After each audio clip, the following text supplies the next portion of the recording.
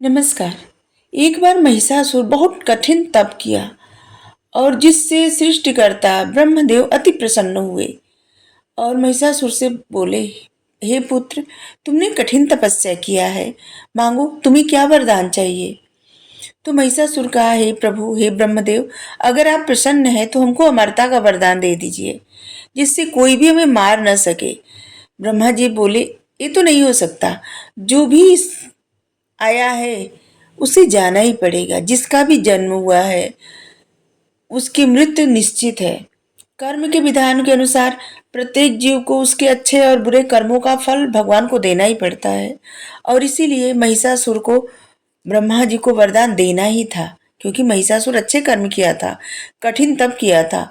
लेकिन महिषासुर क्या मांग रहा था? अमरता का वरदान, जो कि संभव नहीं था। महिषासुर ने कुछ विचार किया और बोला, प्रभु, यदि मुझे मारना ही है तो मुझे ऐसा वरदान दीजिए कि मेरी मृत्यु किसी स्त्री के हाथ हो। क्योंकि महिषासुर चालाकी से वरदान मांगा था। उसको लगा कि एक स्त्री, कोमल हृदय वाली स्त्री कैसे उसको मार सकती है। वो महापराक्रमी महावीर और एक स्त्री कैसे उसका सामना कर सकती है। और इसीलिए वो जानबूझ करके ऐसा वरदान ब्रह्मदेव से मांगा। ब्रह्मा जी ने कहा, तथास्तु। और ऐसा कहकर वो अंतर ध्यान हो गए। ब्रह्मा जी के जाने के बाद महिषासुर सोचने लगा, एक अबला और असहाय स्त्री मुझे कैसे मार पाएगी।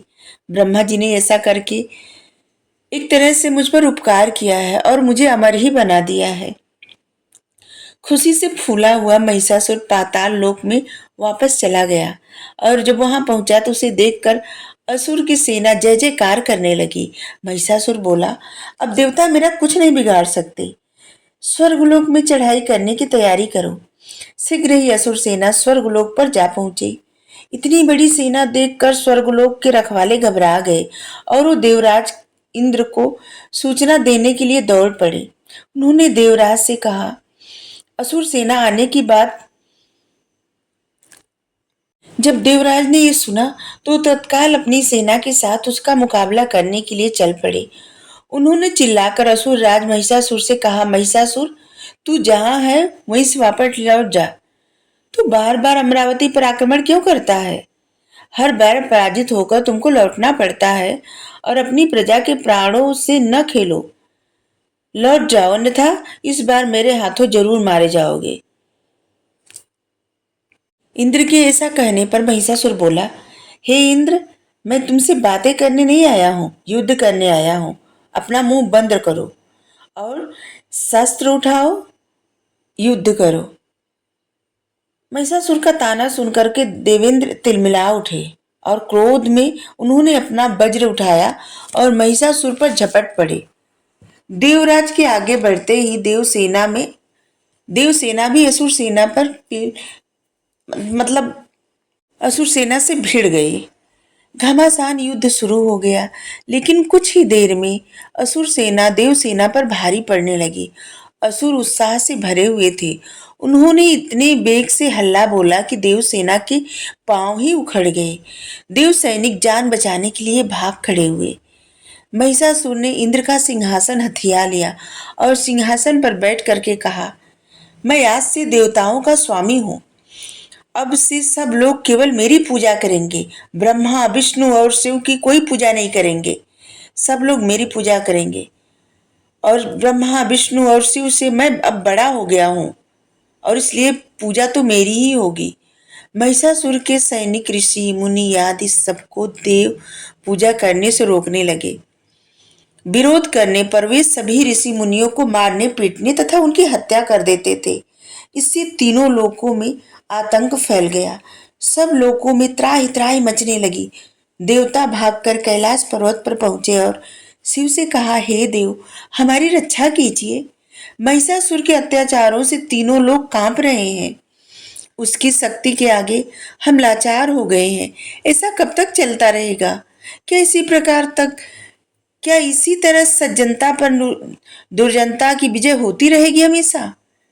शिव ने देवताओं को आश्वस्त किया और कहा, हे देव, निश्चिंत हो जाओ। तुम लोग एकदम निश्चिंत हो जाओ। बहुत शीघ्र ही तुम्हारे दुर्दिनों का अंत होगा। मैं ब्रह्मा और विष्णु से मिलकर के कोई उपाय निकालूंगा। तीनों महादेव मिले और एक योजना बनी महिषासुर को मारने की।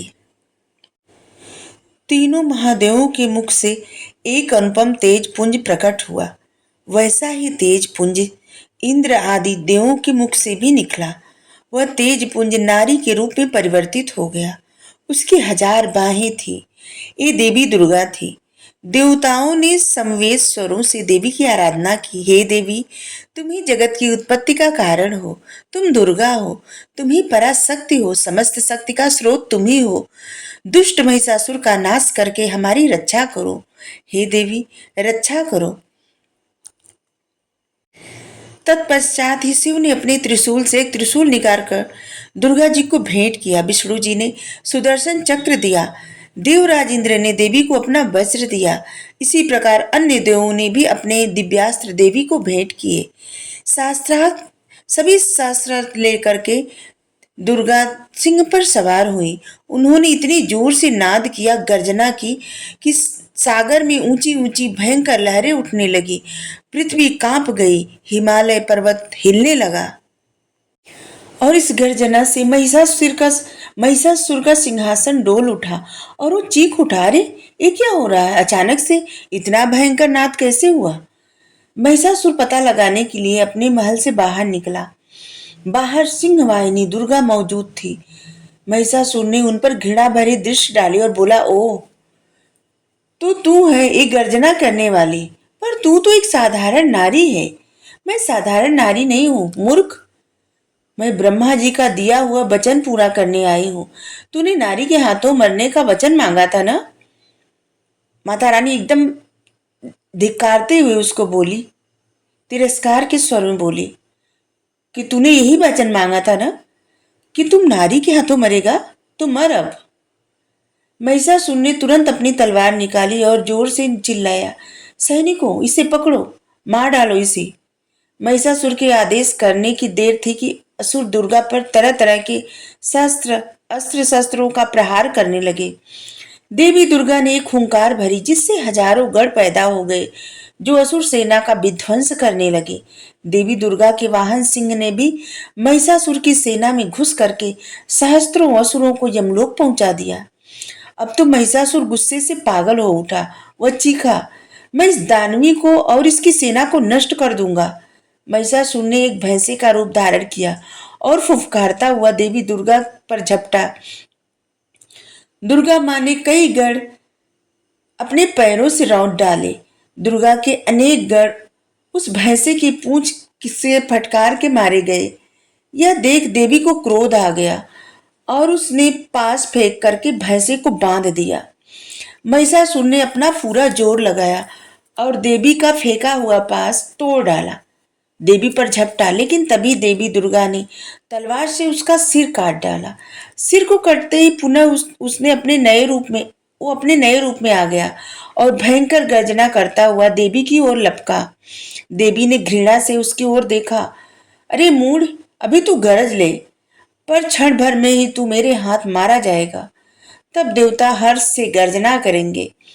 देवी ने उछल करके उसको अपने एक पांव तले दबाकर महिषासुर छुड़ाने के लिए छटपटाने लगा। जैसे ही उसका आधा शरीर भैंसे के मुख से बाहर निकला, देवी ने तलवार उठाई और उसका सिर काट डाला। यह देखकर देवताओं की खुशी का कोई ठिकाना न रहा। वे प्रकट होकर देवी की स्तुति करने लगे।